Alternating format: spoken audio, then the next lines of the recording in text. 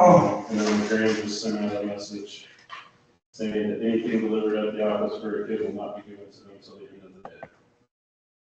So it has become a distraction. Like, Wow. we're still gonna do it, but it has become a distraction to some extent. But those are two big school districts in our region that are shutting it down. That's interesting.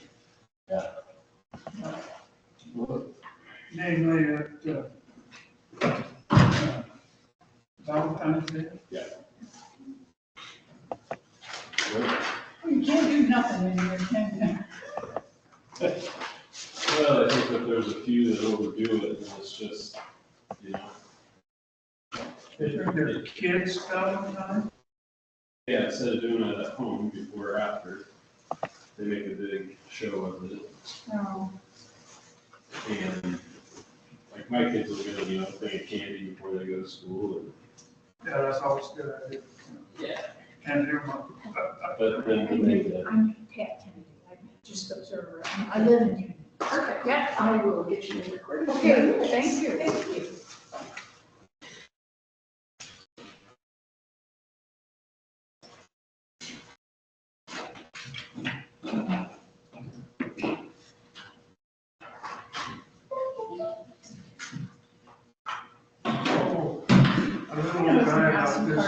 Yes. Are we ever gonna fix our flag in the gym? We gave James all the stuff. I thought What the heck?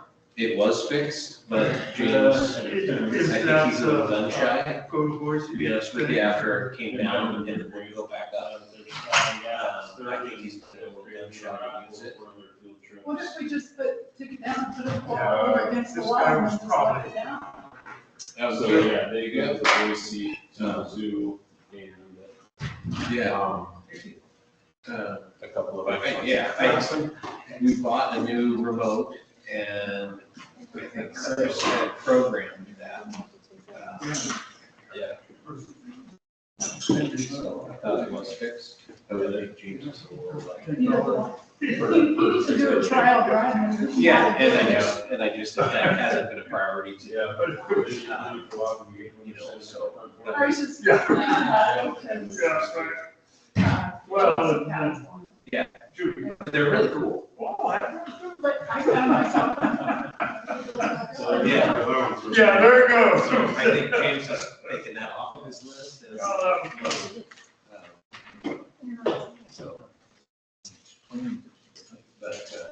But yeah, how are you? You got a new remote? Good. Me too. So just so you can follow along, this is the elementary. Oh, good. Okay. Report there. Yeah. Do you want one, or are you just gonna follow along? Yeah, just listen.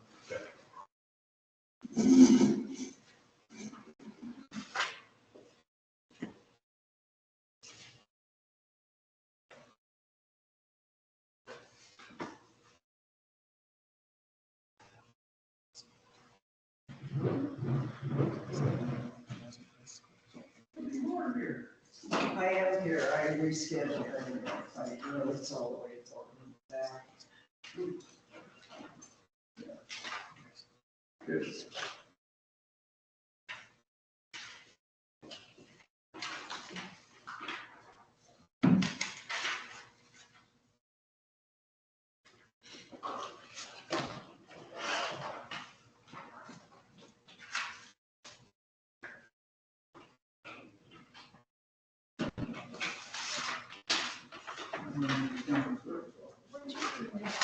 Good, just, me too.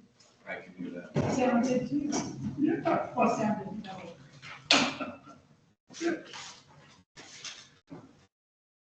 So this is the resolution for the local service.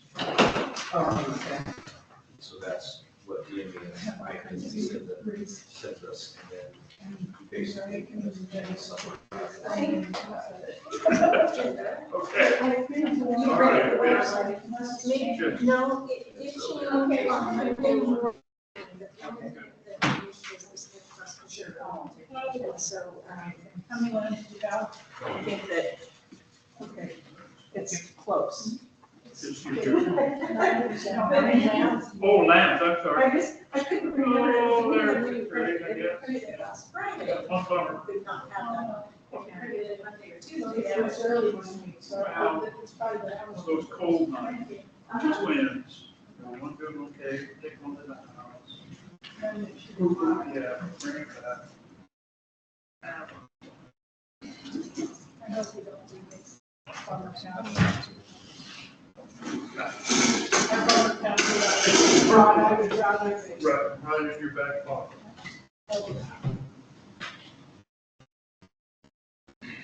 Thank you, sir.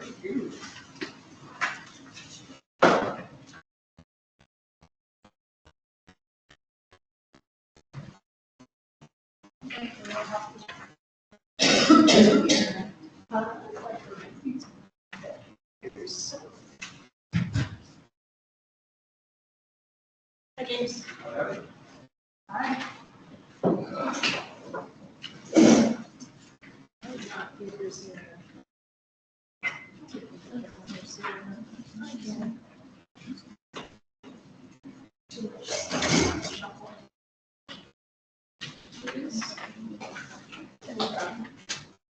All of the letters, not necessarily in the listing. Okay, for the resignations.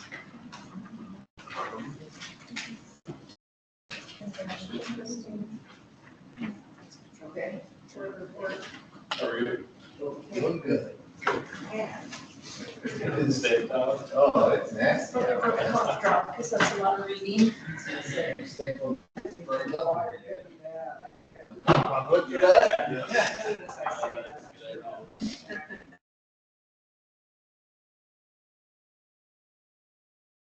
You saw my certificate that I had. Thank you. And I have a solution for those who didn't, because I could never get in.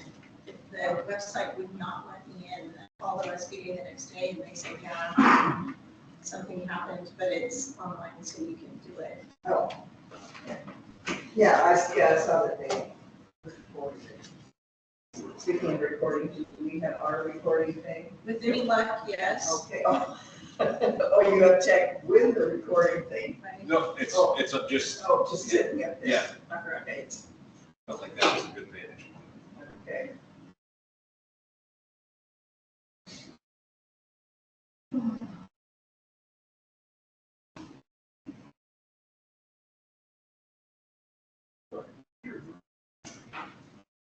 I know my audience.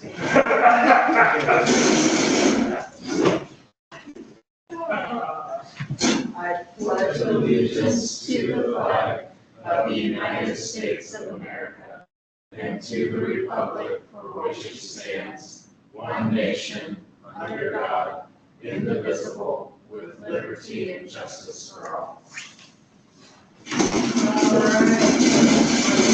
Call to order this regular meeting for us, 92.630, at 6:00.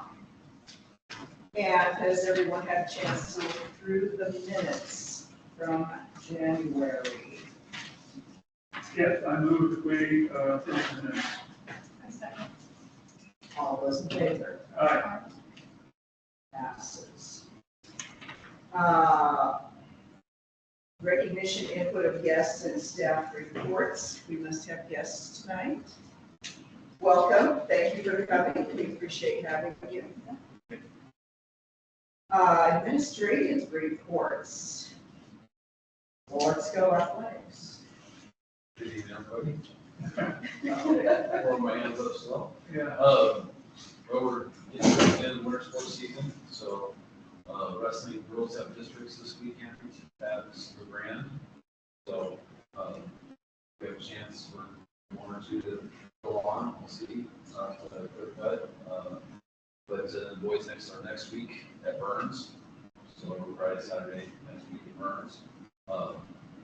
That's, we always have a chance there as well, so let's see wrestling at the wild card. Things will change in our wrestling, we don't have learned about it, so never turn anybody out in the last second, they can flip around and change, so. Boys basketball, well, basketball, we have one more league game left, out on Friday, and then we'll go to district playoffs next week. The boys have a game in Sherman tomorrow at Riverside. A game that hopefully puts us on the Sherman's league rank. We looked at a long time ago, so the boys are ranked 11th currently, so hopefully that'll keep moving us up. It'd be a long shot this one, just to get in the top 8. Top 8 enter the 2 home games in the playoffs, so we're trying to get ourselves in position for it, so there's a chance, but we may need a little bit of lady luck on our side too. There you go. You know, and if we can go through with the district title and be Dixie, that would definitely help. We may have brought somebody knocks Dixie out earlier, but it won't help our ranking much if we don't, if it's not against Nixie, so, because they are ranked number 3 currently. Who's that? Dixie LA. Oh, So, girls are still ranked number 1. They will be league champs on our side regardless of how Friday comes out. And as long as we take care of at least some business at district, then the girls are ranked high enough, they should get two home games. Obviously, they have to win the first state playoff game to get the second, but if we make the second round, then we would have 2 home games. So, looking forward to that. It'd be nice to have, it'd be busy, but it'd be nice to host 4 state playoff games that week. So, that's the week of the 26th. So, the week after next. wow. Then spring sports are getting ready to get going. Baseball, softball can start with pitchers, catchers next week. And they get an allowance now, they can start earlier so they can get arms in shape before the season starts. And then I believe it's March 2nd that spring sports get rolling. So hard to believe we're at that point already. So schedules are almost fully finalized. Softball's full, baseball's, we're trying to replace injuries. Duffer ended up deciding not to have baseball this year, so we lost some league games, so we're looking to replace a couple there.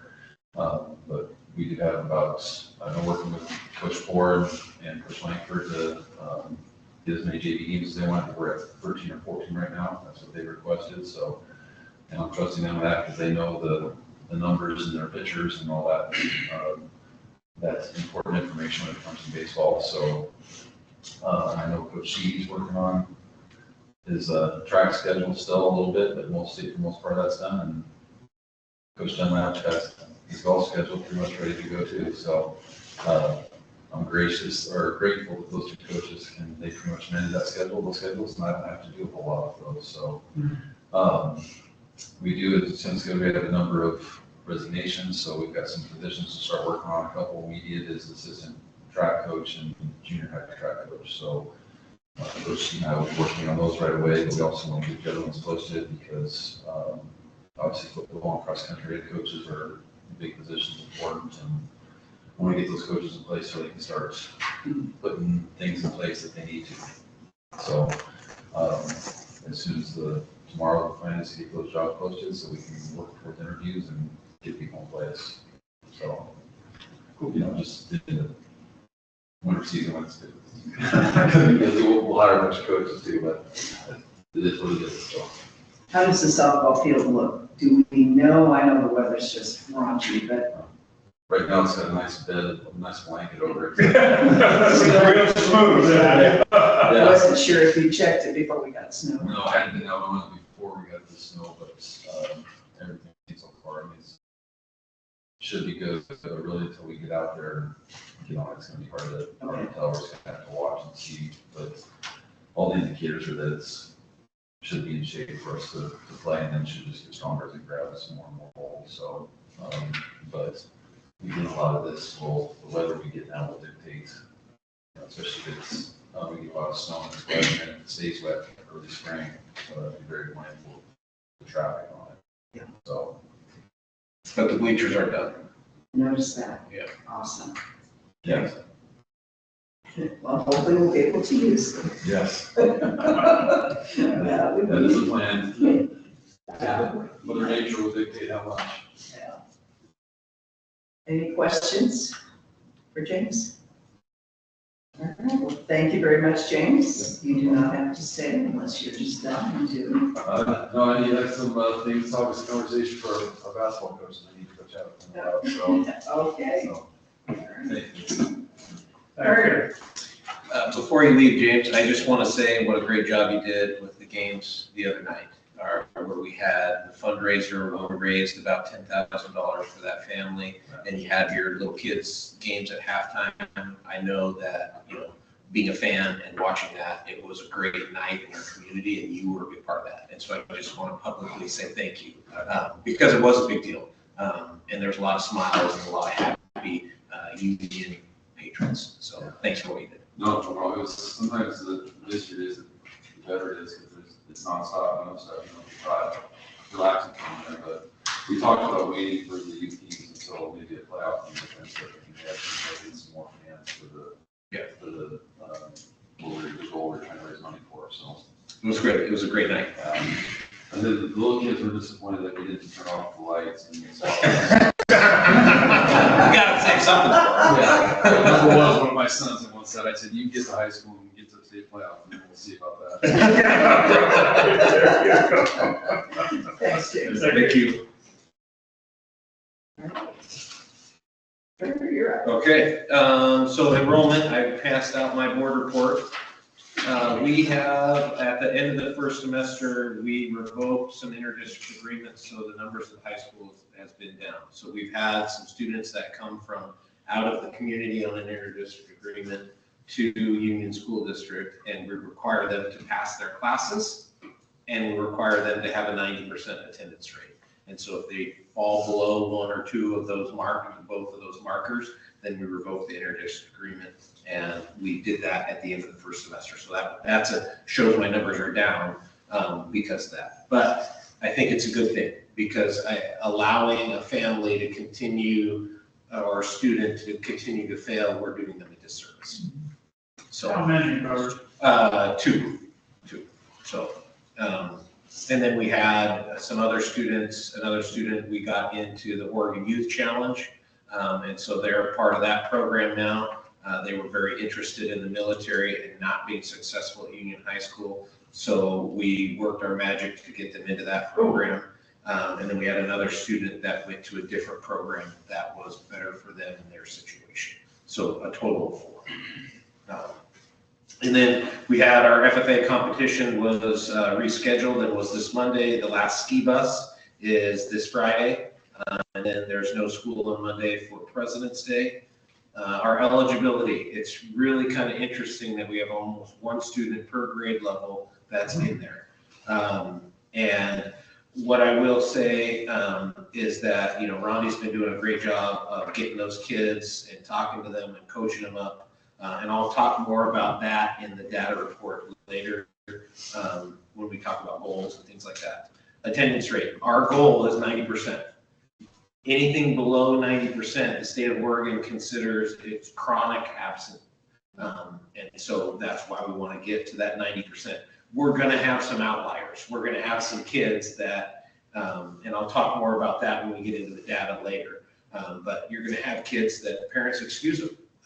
It doesn't matter if they were gone 3 days last week and 2 days this week. Parents are going to call in and excuse. But we are hearing from parents. We're not getting the crickets. And so that's a positive thing. The Bobcat Den continues to surprise me. We just inside the Bobcat Den today, we saw 26 students. We saw 22 high school students, and we saw 4 elementary kids. And that's showing that the staff is using it. It's a valuable service, and it's something that I don't think we can get away from now. And it's helping kids, and it's helping the adults in the school function. And then the discipline where we use the Bobcat Den for refocus forms. Inside the last month, we've had 6 students receive a consequence of an in-school suspension. We've had 2 consequences of lunch detention and 3 after-school detentions. And so that's all done in the Bobcat Den, and it's streamlined it quite well. So then just kind of at the district level, I was super positive about the budget, the state budget in December. And Mindy kept telling me, Carter, you can't live like this. You have to, understand that things are going to change and things are going to change. And once again, Mindy was right. I needed to be patient because there's a ton of uncertainty right now with the new administration. And then what are they gonna do with title funds and the Department of Education and then the Oregon legislature? You just don't know what you're gonna get out of the Oregon legislature through this session. And so we're gonna know a lot more by the time we come to negotiations in May and those kinds of things. I just wanna make sure that you guys are aware there's just uncertainty right now. So I can't give you a clear picture on that. The high school newsletter is attached, and also attached is the proposed calendar. And so some of the things that are must-haves when I build the calendar is what we established this last summer was no school during stock show. We can have teachers in the building, but not have kids in the building during stock show. The second thing is no school days with kids on Fridays. And then the third thing is your 2 weeks at Christmas break. Those are the three must-haves. And I put this calendar together. It's one of the best calendars I've ever put together because we don't start school with kids until after Labor Day. And that's just because stock show week is so late. So Monday, June 1st is a Monday, which means stock show isn't until the 7th through the 13th. Or excuse me, the 14th, because we still have it on Sunday. So this is the best the calendar will ever look, so enjoy it while you can. Yeah. And so, but all of those things are must-haves that when we build the calendar, I haven't got a lot of input from staff. I sent it out late last week, and basically it was just a couple of typos that I made, and we fixed all those things up. And so this is the first reading of the calendar. I would recommend that we would put it on the agenda next month for an adoption, because this will give you time to take it away from here, look at it, and then if you've got questions about it, call me. It's a lot to digest in a 2-second glance.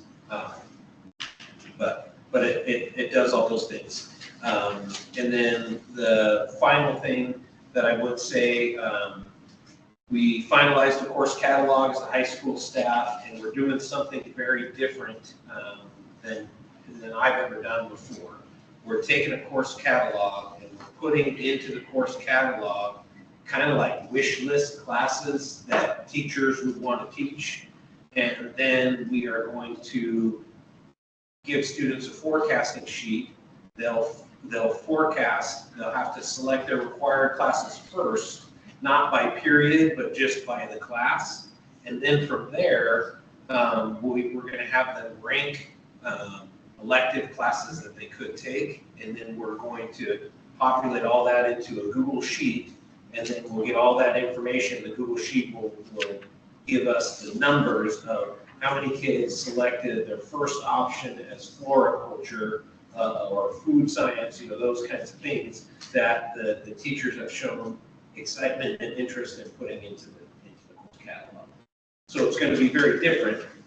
And then once we get that data of, we know that 42 kids want to take this specific class, well, we prioritize those by the number of kids that selected that. And then we build a master schedule with the required classes first, and then try to fill in those pieces if we can, where we can. It's going to be a very different process. My hope is that by the time I come to the March meeting next month, we've gone through, number one, the course catalog, distribution, and the forecast, and the collecting of the forecasting sheet distribution, and the populating of the Google Sheets, and then taking that data and trying to build a master schedule that meets some of them, or most of the requests. We're never going to make everybody happy, but we're going to do the best we can to attempt. And so it's a different process, so I don't know what it's going to look like. And so I'm hopeful by the time that I come back to you in March that I have that in front of me. And then the final thing is this is the time of year where I'm going to be posting our English job because Ms. Andrus already submitted her resignation. And then I'm also going to be posting that halftime science, halftime social studies job. So our 7th, 8th, and 9th grade classes will be able to be split in English, math, science, and social studies. Those 4 core areas. So we won't have any class sizes in those core areas above probably 15 or 20. that's a pretty good class size. So other than that, it's, as far as the district goes, trying to stay as close to the legislative sessions and attending those Thursday morning sessions that the ESD puts on with COSA to give us updates. And so that's just keeping my ear to the tracks, seeing what's going on. So, The half and half teacher, yeah, say that again, they're gonna be science and social studies. correct. Are there a lot of those kind of teachers out there? No. No, they're not, but I've had people show interest. I have a gal coming in tomorrow that just wants to work in Union School District, that wants to bring me a resume and introduce herself. We know we have a student teacher that's interested. I've already received an application before I even posted the job for the English job. I mean, I think we're gonna get some solid people. And then, I have tried to be as upfront with those people, like, okay, you might have your social studies license, but I'm not gonna give you this job unless you tell me, okay, within the next year, I'm gonna go get my science endorsement, which means for a high school teacher, that would mean, like, for me, I have my social studies endorsement because that's what I taught. I would have to go back and pass the exam for the science endorsement. I wouldn't have to go back and take any like classes or anything like that. I would just have to demonstrate that I I have the knowledge, and then I could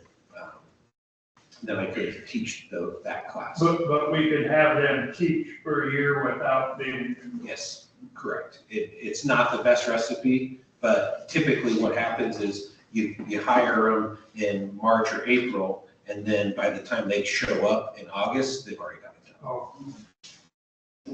You're looking for an integrated science endorsement, is that you? Yes. Yeah, or because it's that middle level, you could have that middle level multiple subjects endorsement, and you would already be, because it's 7, 8, 9, so then you would be able to do that. That's everything I got. Okay, any questions for Carter? All right, Chris, you are on. Oh, I take that, I do this every time. Mindy, you are on. Goodness gracious. So I passed out the checklisting, it should be going around somewhere, along with the consolidated board report, which again, that's comparing the appropriations that you made at the budget meeting to the expenditures where we are today. And so I've already looked at them and we don't have any worries at this point in time. But just to keep in mind why we inflate certain budgets and why we don't spend money just to spend money. We've had 3 heaters, the only 3 I think that We didn't replace. haven't replaced have all broken this winter. And so, they nickel and dime you to death, or they $4,500 you to death.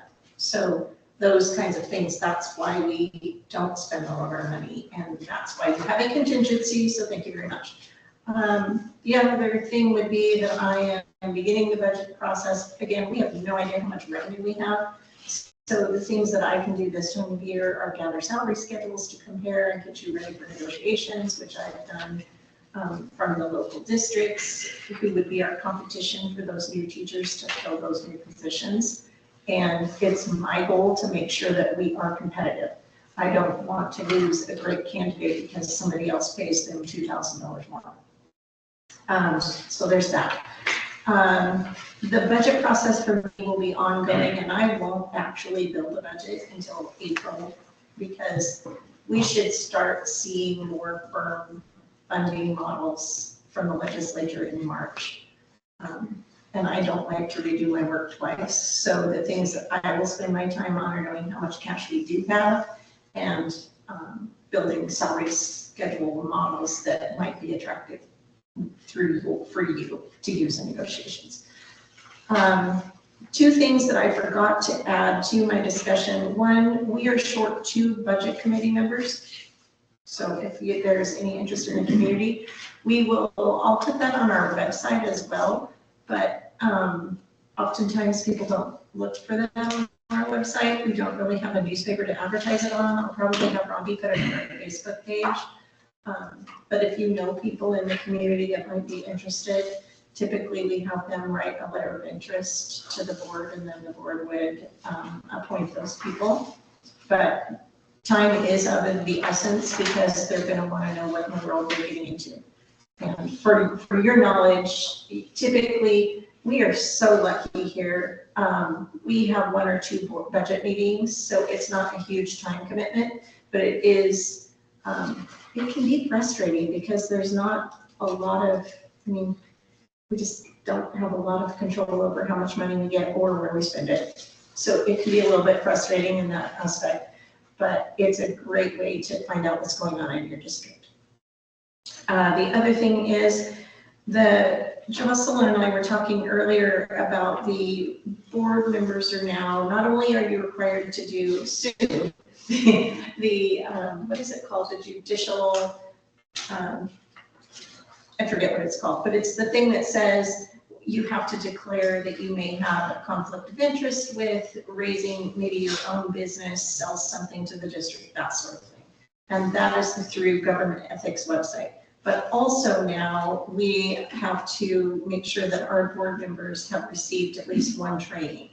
And OSBA put on a training, and I had sent you an email sometime back saying, please register if you can. But turns out there was a lot of problems getting into that meeting. I couldn't even get on it. Jocelyn was able to, but it just kept telling me I had an error, couldn't get in. So they have recorded that training, and I will make a photocopy of this and email it to you guys tomorrow with some instructions on how to build an account with OSBA, which is yet another password. But And you have to do it once inside of your 4-year term. I think that's the case. Yes, Yeah. that was. I said every year, didn't I? Yeah. I meant no, every it's- term. it's every term. And I think the ESD plans to host one if you're looking for something that's on site somewhere, where you In don't the have to, spring. sometime in April. So if you don't want to do the webinar and you want to go somewhere where you're actually going to maybe talk to a human, I believe OSBA is going to come out and put something like that on in Brandon and Pendleton. For whatever reason, April 30th comes to mind. I don't have it in front of me, so don't quote me on that. But if you're I will bring that information in the March meeting for you. So have you seen, anyways, I think it's April 30th. I don't remember the date. I do know they have something planned. It's just easier for me to do it here, so. The do's and don'ts one was only 90 minutes, so it wasn't torture. How come they're looking Just Throwing that out there. do you guys have any questions?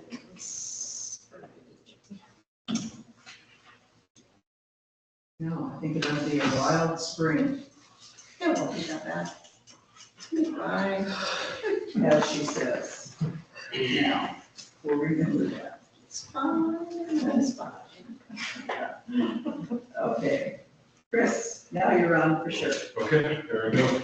So you can see that our numbers in the elementary are maintaining. We're at 211 right now.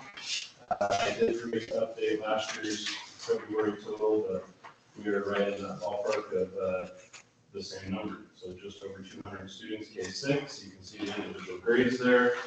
And as far as what's going on in the elementary, I recently finished up all of my observations of our certified staff.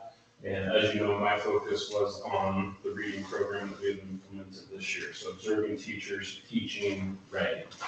And so I can tell you that we are using the professional development and the writing program that we have adopted with fidelity. And so K6, I've been able to see how the transition, so like what a kindergarten student is getting at 5 years old, I can see physically the transition that's going to happen from first grade to second grade to sixth grade and how it's all going to bloom together. And I believe that we are going to be better writers. We're going to be better writers because of this implementation of this program. And teachers have bought into it. And so, and we're already talking about small groups and how we can make sure that we're going to be better than we were this year. And so it's really neat to tell teachers that this is what we're gonna do this year, and this is what our focus is, and then to have them buy into that, and then see student outcomes show that we're getting better. So, that's what that.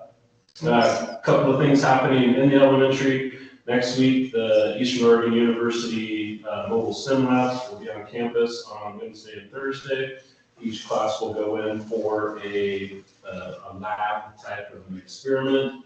And so that's kind of a big thing for our kids to experience and take advantage of the things that Eastern Oregon University can offer us. And then on February 25th, the American Heart Association is coming in to kind of help motivate our students through a small assembly to just be more active. And so, as we know, students like their devices and whatnot, and this is our attempt, along with that association, to help motivate. And Mr. Sheehy, our PE teacher, is taking an active role in that.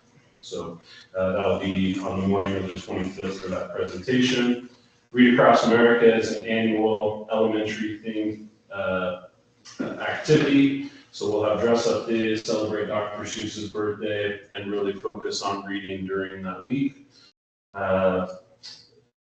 Annually, we do host the Oregon Department of Forestry, and they come in and do a fire prevention for our primary students. So on March 10th, we will host them in their mobile house that kids walk through and talk about how to escape a fire in a house. So that is geared at primary, first, second, and third graders going through that. And then I am pursuing a placement with one of our elementary students at a program in LaGrange called Rising Stars. And so, in so many words, it's an alternative school for elementary students that need more services than Union can provide. And so what that program does is it provides wraparound services that help a family and student manage medication, mental health, academics, and behavior. And so I'm just keeping you in the loop that I am actively working with that group to see if that's a good placement for one of our students. And that is a day treatment, so the students would live in Union, get bused to that facility, and then get bused back. And then there is a start and a finish, and then they become our students again. So, and we have used that 2 or 3 times over the last 8 years as me being at elementary principal. So it is a positive program. I don't use it very often, but when I do, I think it's justified. So just something I'm pursuing with one of our students that needs a little extra help. So, What's the transportation?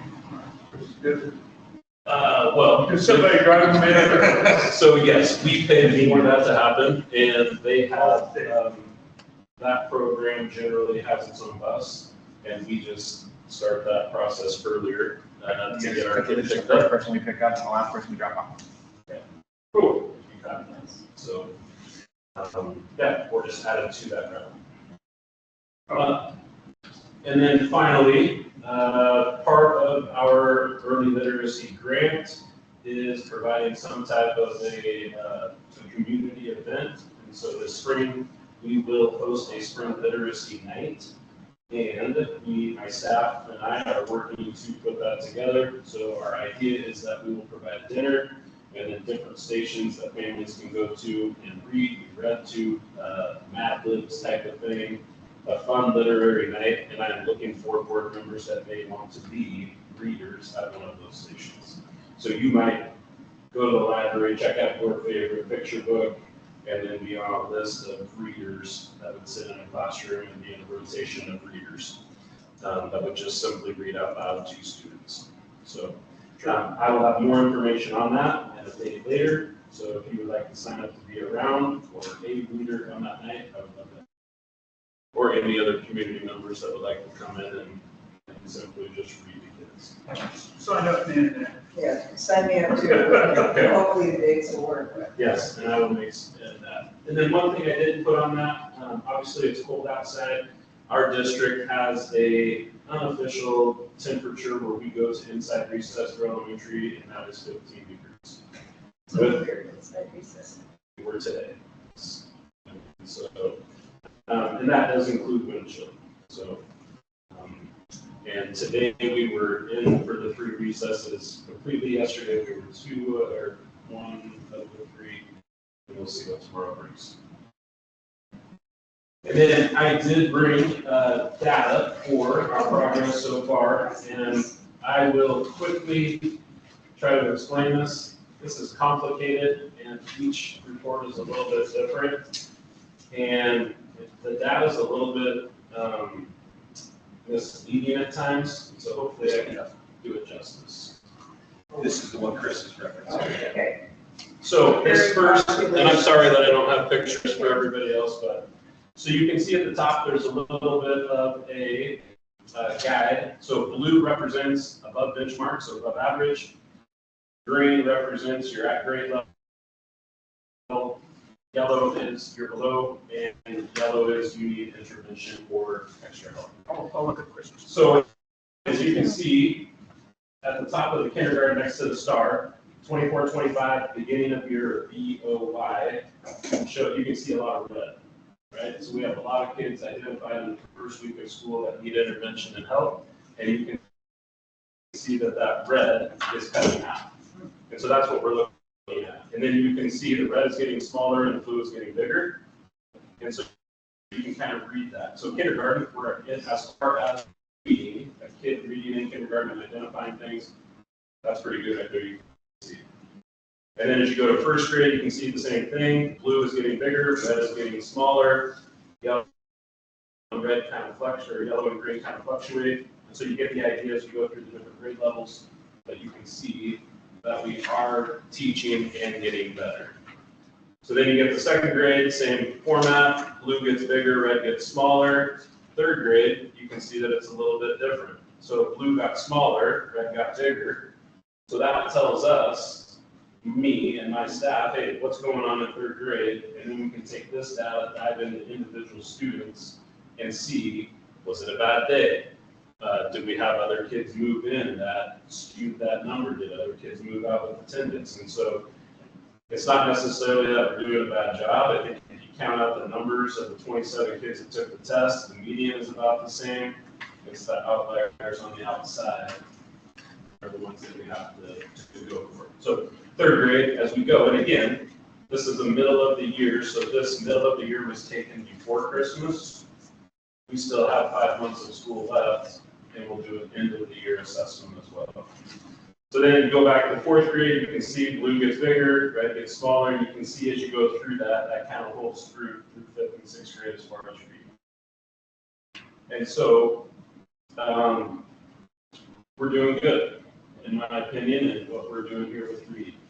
And so the next page, so this is called, this is DIBELS, which is just one assessment. And if you go to the next assessment and you look at the circled area, this is the average grade equivalency, these numbers. And so you can see, we do not do this STAR assessment with kindergarten, it's just simply because most of them cannot read when they come in. So as you go to first grade, you can see that we have grown as far as a grade equivalency of 1 year and 8 months.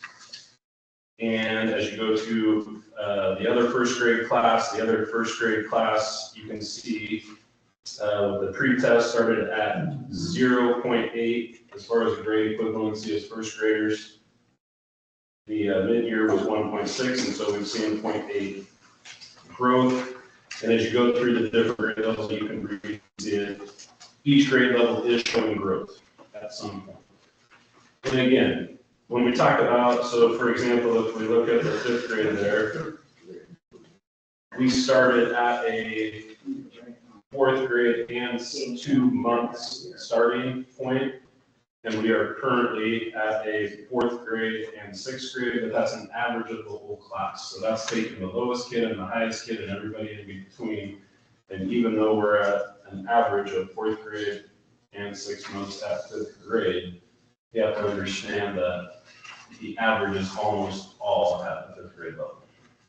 So if that makes sense. So then you can see, and then as we're looking at this, my philosophy that I talk to my staff at the elementary level is that what I'm concerned with is that we are showing growth. and not regression.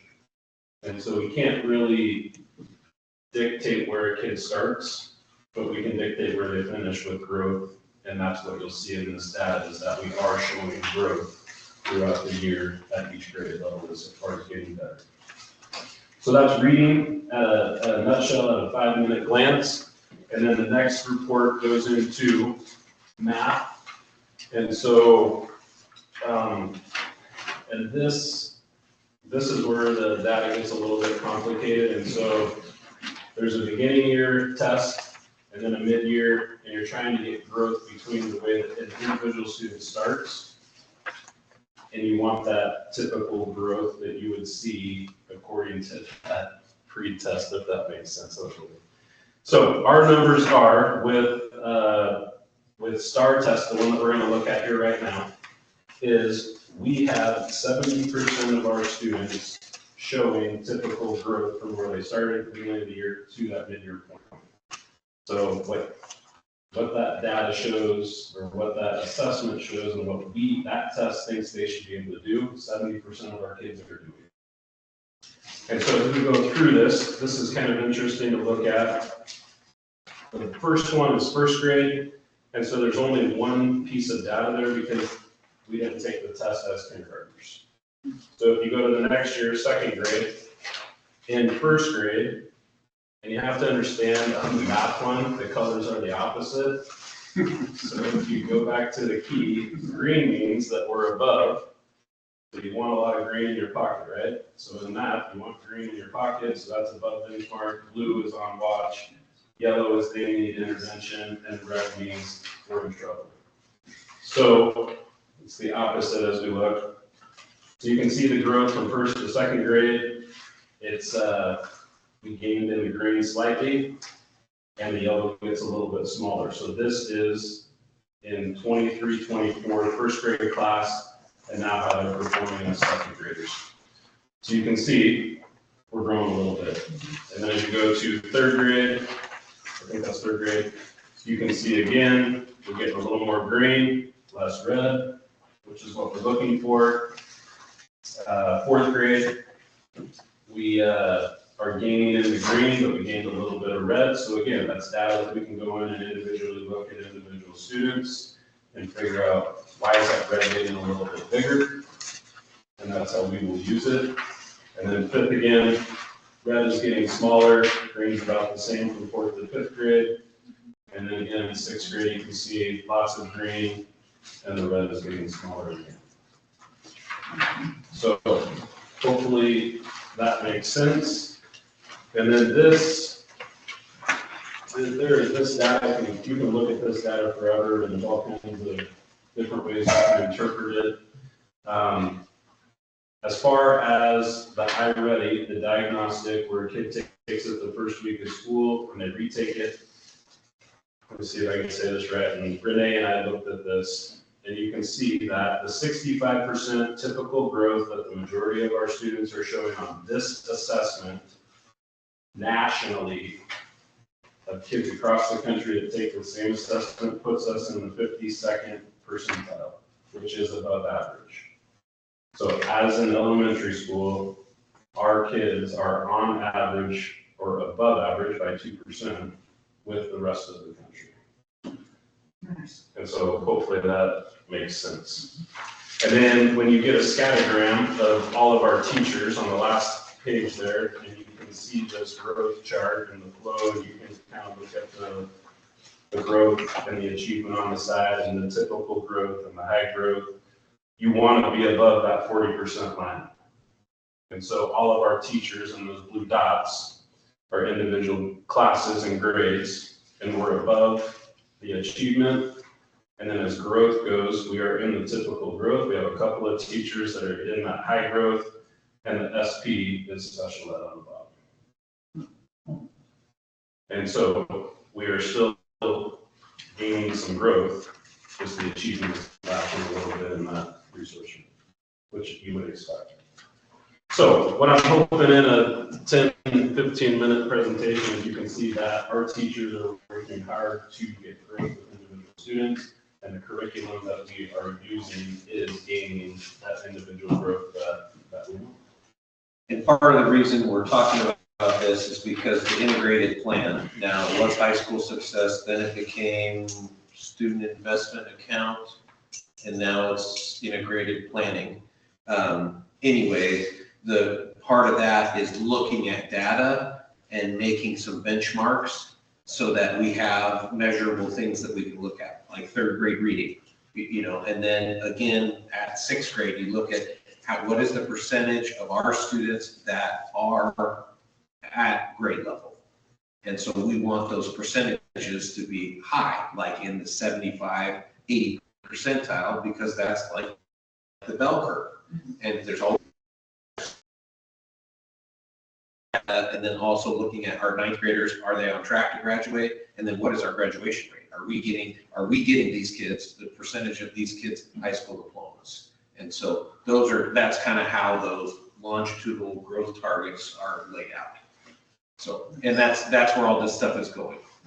And all of this data is district assessments. So this is what we're doing every single day, the curriculum that we're using to teach to, and then matching it up with assessments there. Terrific. Thank you, Chris. I really appreciate getting this information. It's nice to see the data. Questions for Chris on his data? Nicely done, Chris. Thank you. And I will also say that a couple of highlights, you have those individual outliers, and so we have a first grade student who has, from the beginning of the year to Christmas, he showed 247% growth. And so, why does that happen? Did he not care about the test? Is that teacher really 247% that good? And so, and some of it is yes. Yeah. That teacher's effort with that individual kid, and if you knew the kid, you would go, yeah, it might really be true. And then you turn around and you can see that in the sixth grade, where kids are a little bit more put together, we have one student who has shown 257%. And again, if you knew that student in the household and you saw it, you might really think like, whoa, we do have a good teacher that's getting 200% out of that kid. And so we have those outliers, and those are fun numbers to look at and go back and show a teacher and talk to a parent about that, and then we can say, why did that happen? So Nice. we are getting better at using data at the elementary. Excellent. Chris, let me get this straight. These tests that generate the data are our own for just us. Well, Use. It's not the state test that the kids can opt out of. correct. They don't have an option to not do this. So it's like, they could say, I'm not gonna do it, I guess, but we're gonna say you haven't finished this test, you gotta get back in, you're gonna lose recess until you get this done. So, Yeah, good, yes. good. So you can use this as compared to the other tests that you really doesn't do us any good. Yeah. Sorry. The data at the state level is hard to interpret and use. And it's always late. Excellent. Thank you very much. Oh, I see we have some other, And I'll share that later Okay. on the agenda. You have goal setting. okay, that's for that part. Yeah, Gotcha. All right, action items. We have a number of things we need to do. Let's start with the Intermountain Local Service Plan. If you will pull your folder out. We pay the Education Service District to provide us with the things that are listed in this fancy brochure, because they're things that a small school by ourselves we could not do, but we can if we are sharing those expenses. So special education and nursing, technology, instructional services, administrative services.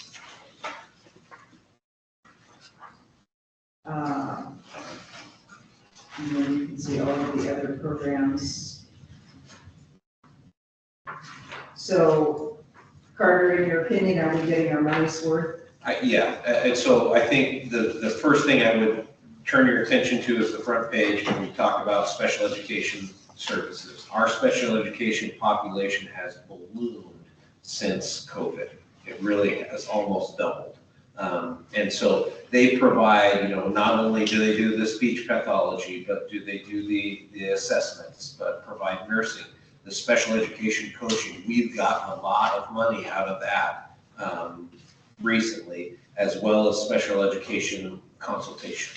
And so we get a lot of special education services from them that are very vital to keep our paperwork and our employees making sure that we are not getting in trouble with the state.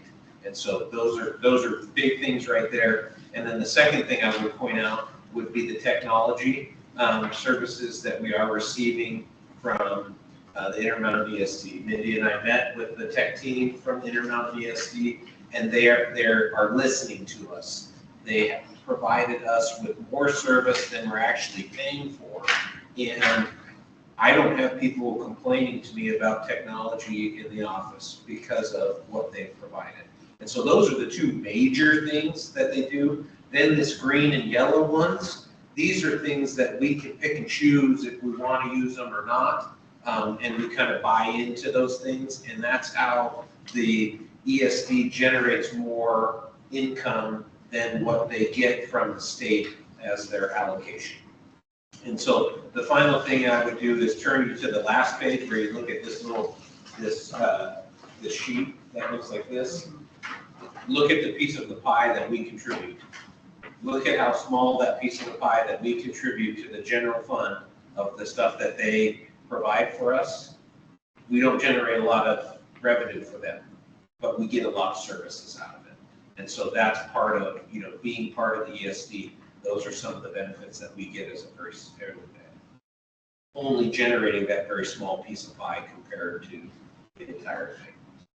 So I would recommend that you continue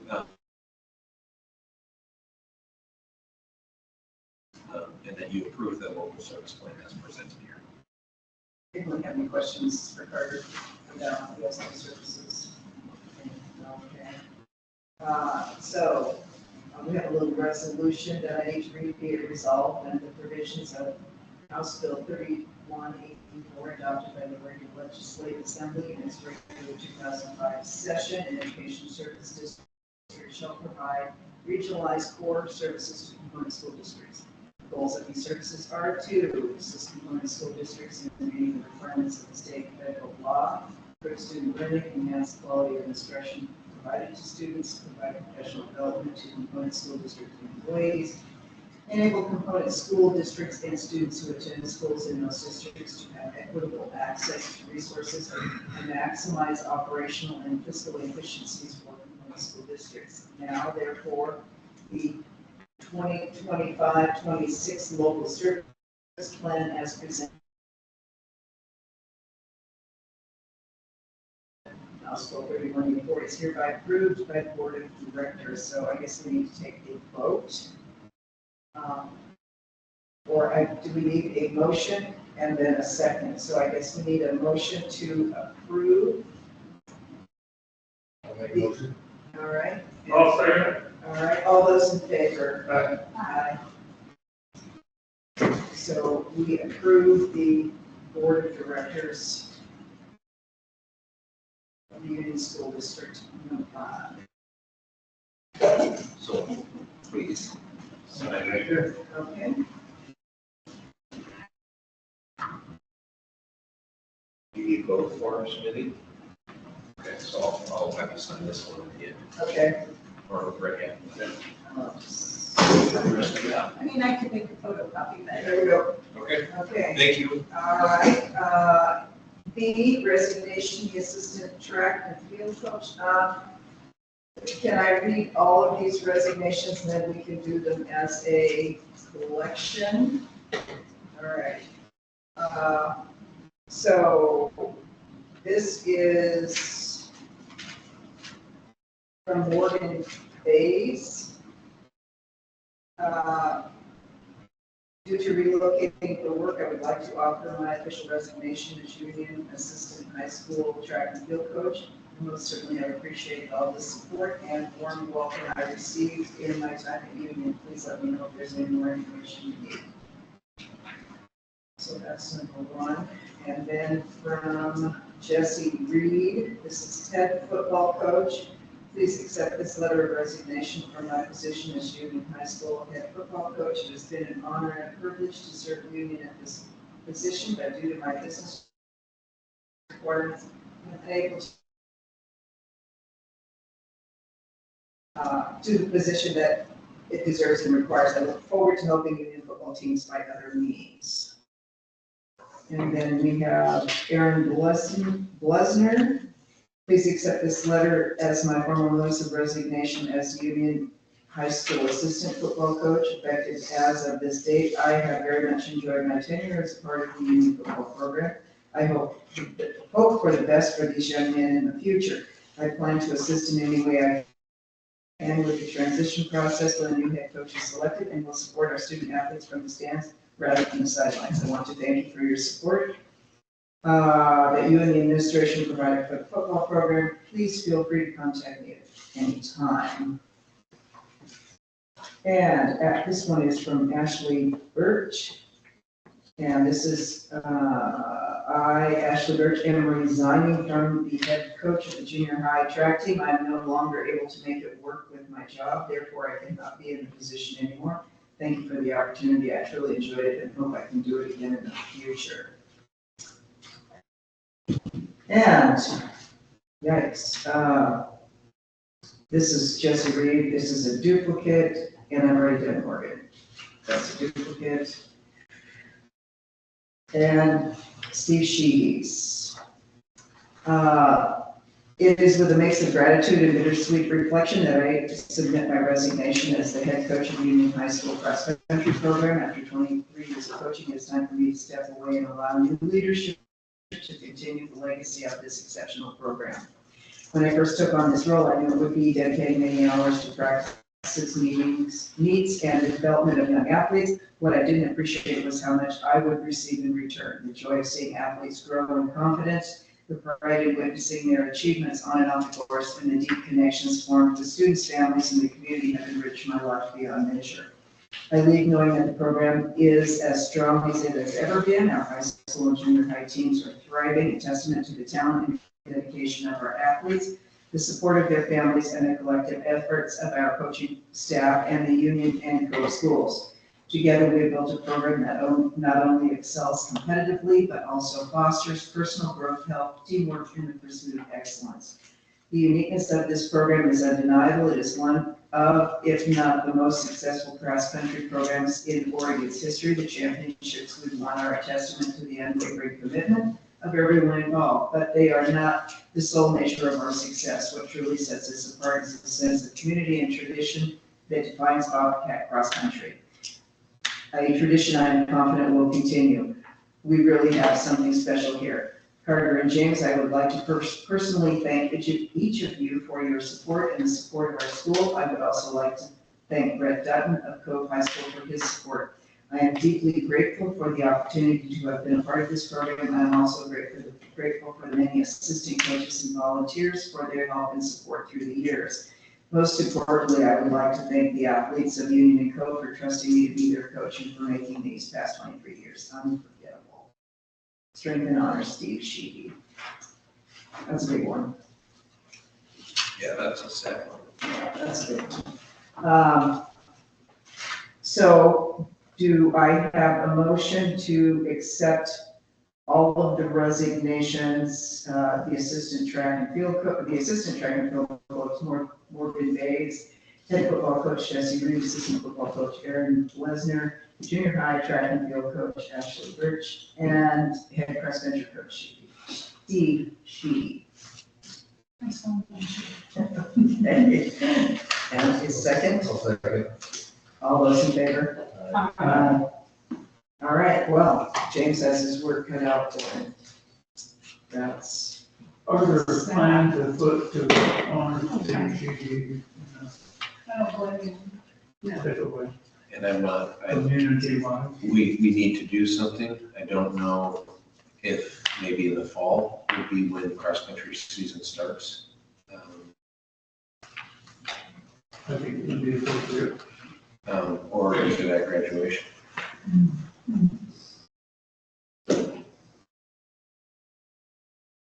I mean, those are, you know, like, or do we honor him at the scandal? Go ahead, Annie. We run through that, but good. How about I'll explore some things, All Mark, of the above would be okay. and we'll, and I'll talk to Steve and see what he's comfortable with. Okay. He doesn't have to. You might as well catch them off guard at graduation. Well, I'm gonna ask Susan if he's gonna be there, giving the Bobcat scholarships away, and then we can, Ooh, that would be. Yes. yeah, I don't know. Oh, yeah, I bet he'll be there. I think he's gonna be there, but I don't know if he's gonna be part of the Bobcat scholarship thing or not. Good suggestion. Okay, policy items. Did all of you have a chance to look at the standards for competent and ethical performance of Oregon educators? This is a new optional policy, and we are committed to keeping up with these as they come out.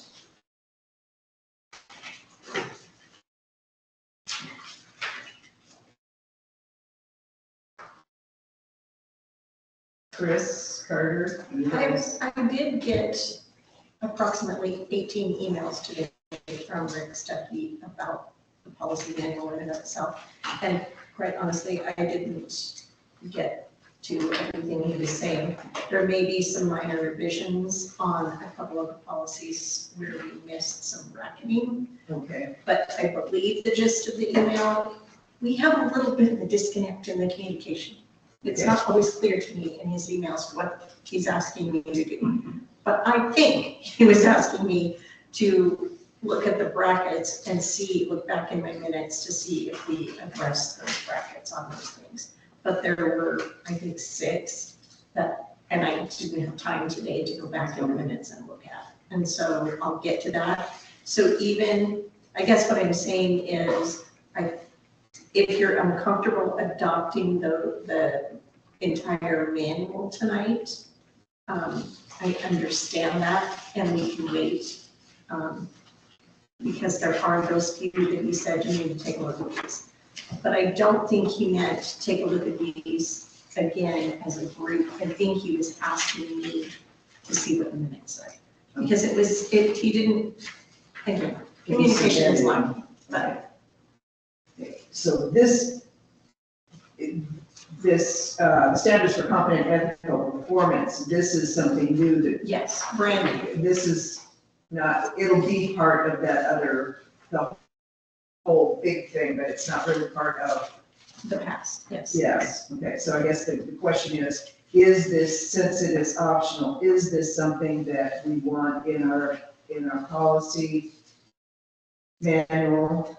Is it something that you would use or that we would use? It's, I thought, fairly descriptive, but I don't know if it's just bonus material or if it's something that. So the first section where it says the application of rules, that is the one section that's bracketed. That's the only section that you have the option of having it or not having it. And it's all just definitions of what TSPC is going to do. It's probably not bad to have in the policy manual if you're going through something like this, because then you can refer. And TSPC is, you talk about ODE being slow, getting the state reports back. Yeah. TSPC is even slower than that. So I would say that it's good to have it in there, and then it gives, Chris and I the definitions of what these things are, who they are, and then what are the actions. And these are things like, do we have to report this? Yes. I like the examples that they gave under each of the categories. Yes. I thought it was beneficial. but again,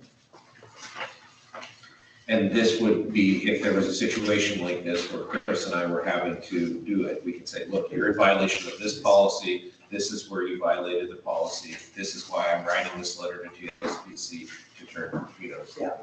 And then that way, then I still am considered a competent, employee, yeah, because I'm following through with what the policy says. So I highly recommend it. okay. So the very first part, application of the rules, is the only piece that we could edit, basically. Yeah, and I think you're gonna be able to find that on TSPC's website if it's not included in the policy anyways. But if it's here, then you don't have to look in another place. Correct, so I would recommend including it. So would this consider the first reading of this policy? Correct. Yeah. Okay, So you do want to pursue it? Yes. I would, yeah. Yes. Okay, all right, so first reading completed on that one. And then the next piece is the adoption of the policy manual as edited, but it sounds like we need to do, Mindy needs to reread through the information we got, and then we'll do that final adoption, and we'll put that on I think March. it's best if we wait, Okay, because I just didn't have time to eat. I got the emails, 18 of them today, okay, and I just didn't have the time to try to understand those much. okay. So let's postpone that final adoption on there until we have a chance to make sure all of the edits and et cetera are correct. Since we paid for his help, we might as well take advantage of it. Yeah. Okay, and then, information and discussion items, superintendent evaluation format for 2026. We're working on that.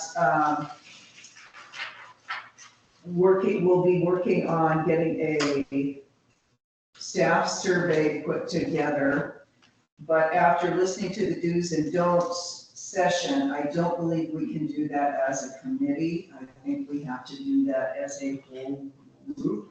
That was what I got from that.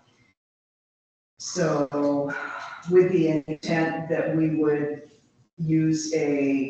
have a staff evaluation at the end of the school year to give it a try, and then look at the results and tweak it with the idea that we would use it next year as part of the superintendent evaluation. And so that if we can get it rolling here, but it looks to me like we're gonna have to do it as a whole group. I thought maybe we could do it as a committee, but I don't think we can after listening to that session. So perhaps we can put that together at the April meeting. March is getting pretty clogged up. It's gonna be a pretty long meeting, so.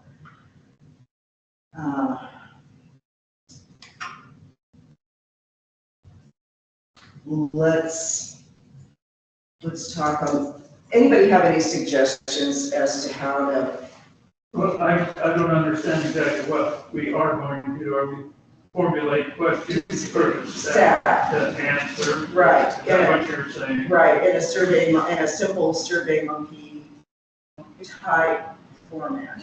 You're using funny words on I that. know, it's just the name of the tool that we use to do the survey. Yeah. Correct me if I'm wrong, but we all would end up with those results from the staff one, and then we could take that when we fill out our end of it, so we have a little more feedback on To fill in those pieces where you put, I don't have any idea, so, yeah, to try, maybe the first step forward is, since we've all just filled out the superintendent evaluation, is think about those areas where you didn't feel like you had information, and how could we gather that, just those pieces that, like you say, you just, don't know, because we're not in the midst of the action. So maybe if we start thinking about some of those type of questions. I would like, personally, I'd like to see it probably no more than 10 or 12 questions. I Right. hate long surveys. Yeah, and so if we think about the areas that we specifically really want some additional information on. Mhm. And maybe that's something as when we do the evaluation next month, maybe that's some follow-up conversation. Does that sound, that would be reasonable because it will all be fresh in our minds as we go through the evaluations. Sound reasonable, okay. So add that to March's, but then we can maybe assign out and then put together the final at the April meeting. And then administer the end of the school year and see how it flies. Yeah, I can see us getting down to 1 or 2 questions. Do you like it? Yeah. That's not exactly what I was. That's all right. We can have that discussion down with the road. Okay, so that's the superintendent evaluation format. I thought maybe we could do it in a committee and just get one done, but. So. All right, goal setting for school district quick fire results, and so this is where this comes in. Yep. All right, let's go for it. So I thank you to Rondi. Rondi knows how to make things flowery. I don't. Okay, so what I would want you guys to have is maybe some kind of, where is the district currently? So I'm not going to read all of this to you. I'm just going to point out some of the highlights and some of the things that we're doing well. Like Chris talked about, all that data collection and those kinds of things. We're looking at ways to do that all the way through, because it's easy with the star reading, but we need an assessment that's going to get science, that's going to get social studies, that's, try to get all of those things. I'm looking at the PSAT as one of those things because they have an 8, a 9, and then they have the actual PSAT, and then you at 10, so 8th grade, you would take the PSAT, it's like a pre-PSAT, same thing in 9th grade, 10th grade, you actually take the PSAT, and then we actually administer the SAT to all the kids, all of our juniors. And so that's going to cost. And so that's where we've got to do some thinking and some brainstorming. So the introduction that is there, and it talks about all these things that we do and that we provide for kids, which is awesome. And then the second page, one of the major things and one of the major goals that we've had and we've talked about is our attendance. Attendance is a huge thing. It matters. There's the campaign that every day matters. And, I talked about denying inter-district agreements because kids were not meeting that 90% attendance. Well, our elementary, obviously Chris carries the torch here with that 91%, which is great. And then you look down at the high school, we're at 89.64. That's we're as close as you can get to that 90%. And so we have, we've got to get a little bit better. But as you could see at the end of last year, we were over the 90%. And so that, first thing that I would start with the goals is if we don't have the kids in the building, we can't teach them. It's pretty simple. And we just talked about that on IEP yesterday. Then the next thing that's been a big goal of the board was eligibility. I mean, I don't know Mark and Deb. I mean, as long as you've been on board, we've been talking about eligibility, right? And are you in your 3rd term? So that's a long time. And as I reported on my high school report, we're down to 7 students. And we're really reaching those kids, and that's because of the Bobcat Den, because of what Shay, Rondi, and myself are in there working with kids, trying to get their assignments caught up. And then if you move on to the next thing, one of the goals that we established a couple years ago was the social emotional curriculum. Okay, and that was that's Character Strong, and so you don't have. I resort back to this painting often, and it's that Norman Rockwell painting where the family is sitting around the Thanksgiving table, and there's the turkey in the middle of the table, and you can see all the families around. I don't know if we're getting that same thing out of the families in our communities today, where you have the cousins and the uncles and those kinds of things, where it's the village that raises the kid. And so the school has had to take on more and more roles, like the food service and clothing, and now we're into that social emotional curriculum. And we surveyed the high school staff, we haven't surveyed the elementary staff, but we got some positive feedback in regards to Character Strong, and in regards to the goal that we set out with this, that they're seeing, yeah, some of the lessons are kind of corny and they don't like it, but some of them are valuable, and they see kids using that information that they're getting, and they're using it in their everyday opportunities. And then this next page is the Teacher Access Day. We've seen some really morale boosting with the staff, because they're breaking bread together, they're cooking for the kids, and we haven't seen this super huge influx of kids, but we're also seeing kids just show up on a Friday to read with their teacher. So we're creating that environment where kids feel safe, and if the kid feels safe at school, they're going to challenge themselves and they're going to try to get better. And then, so the final thing, the final page is this, real pretty one, right? That's got the eligibility. And I've said this for a long time, you can look at, week 10, 11, 12, right? Those are our highest rates of eligibility. That's the holidays. That's, it starts with Veterans Day, then we go into Thanksgiving, and then we go to Christmas, and those numbers go up because kids are dealing with, home life situations where homework isn't a priority. Because Uncle Bob came over and created a fight, and and I'm uncomfortable at home, so I'm not getting my schoolwork done. And then at the end of the semester, it gets down to about 5 kids again. And so you can see, and then week 1 of semester 2, everybody's eligible, because that's the first week. So that's the first packet of stuff when we talk about, the high school, or the elementary school, and then the goals of some of those things that we've set. Then I want to turn your attention, I'm not going to focus a lot on these, but this gets down into like the weeds of the data with attendance. And so you're going to have 2.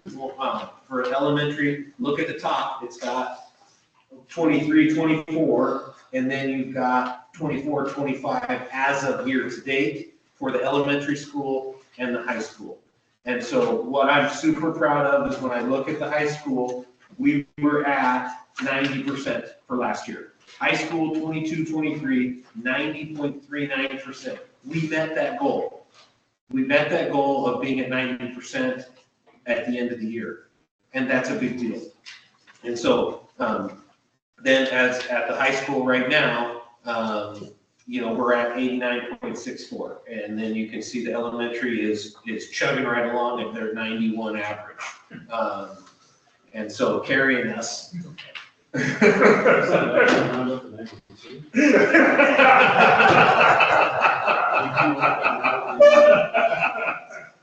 Hey, way to rub that one. Thanks. But then I get to round mine up to 90. So you can see when we talk about goals and we talk about, those things for the school district, one of the major things we've been focusing on is attendance. And a lot of that is Rondi has done a really good job of tracking kids, visiting with kids, talking with kids. And, we have some kids that are in that chronic absence area, but we also need to focus, find those kids and figure out why is it that they're chronically absent. And then we can increase that attendance rate even higher.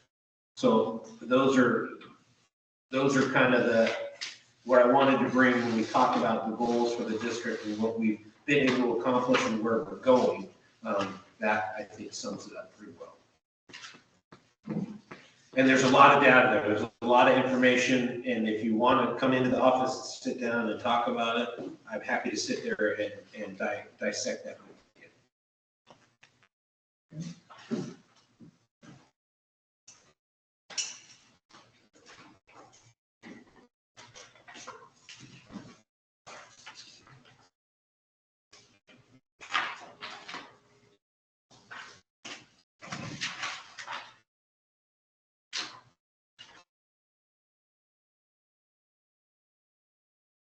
So it looks like the behavior is, we're on track. Halfway through this year.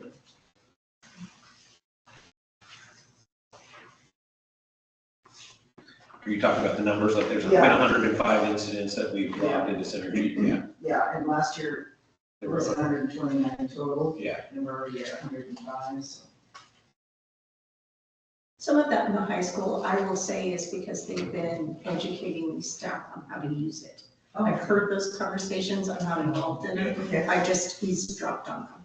And so things like cell phones collected in class are getting entered into Synergy now where they weren't necessarily last year. So it might be little tiny things. I don't know that that's skewing the data, but I've heard that conversation. And we're trying to do a lot better job of documenting all those things. You know, like a teacher calls home and maybe it's a plagiarism incident. And so the teacher handles it in the classroom, but enters it into Synergy so there's a record of it. And so if it does happen again, we'd be like, hey, Nick, remember in January, you got in trouble for plagiarism. This is now March. Now now we're gonna have to make that next level. I'm gonna have to send you to the office, and it's gonna be an office referral now because I tried to fix it in my classroom. And then I have all that information. That comes to me, and I call home, set up an appointment with the family, and we discuss, okay, how are we gonna fix this? And so that's how, I think there's layers of it. And then iReady is through 8th grade, is that correct? Yes. Okay, so these are math iReady. Yep. Okay. Are you guys recording 6 through 8 or? No, it would be seven and eight for high school, Okay. and then K-6 would be the elementary.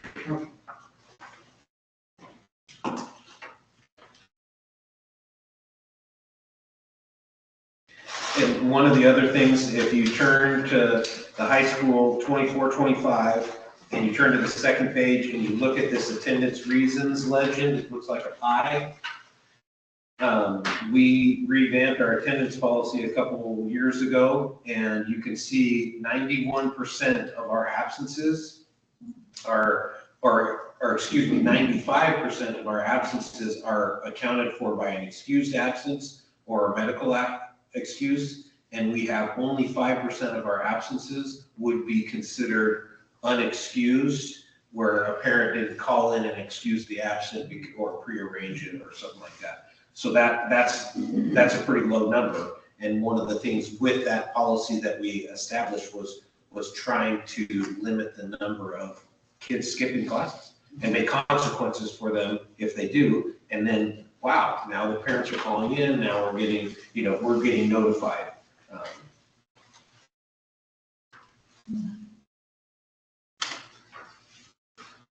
What's the at-risk MS? So at-risk middle school, something? It's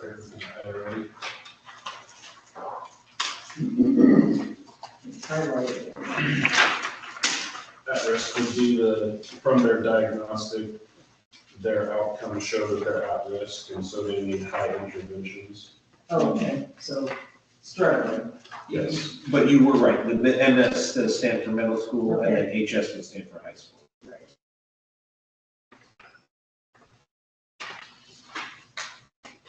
But we don't have those numbers for high school because we don't have We don't have an that assessment, curriculum. yeah. We don't have that curriculum at that high school. Well, I think this isn't just iReady. This is like, when you scroll down, you look at attendance, you look at attendance percentage, you look at behavior. That is, which ones are at high risk and which ones are at no risk. If you talk, and it breaks it down by English credits, it breaks it down by math credits, it breaks it down by science credits.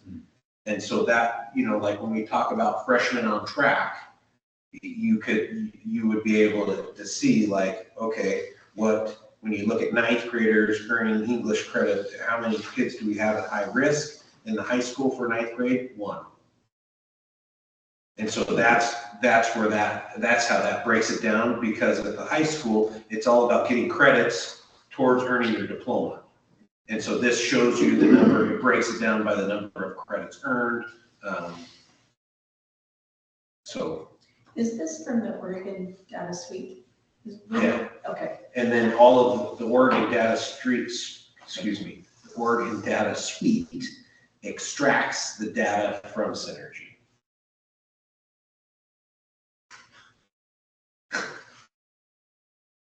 Yeah, Sorry. So there's, I maybe overkilled you with data here. And I apologize about that. If you want to sit down and talk about it, I'm happy to talk about it or answer any other questions. Appreciate the information. yeah. We can certainly look through it. I appreciate getting the information to be able to look through it.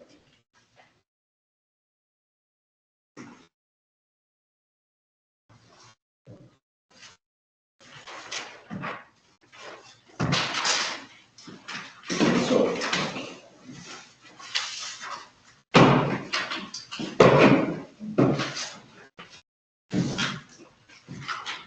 Questions, other questions for Carter or Chris on goals and basically data? Appreciate it. Really good. Helps understand how we're doing.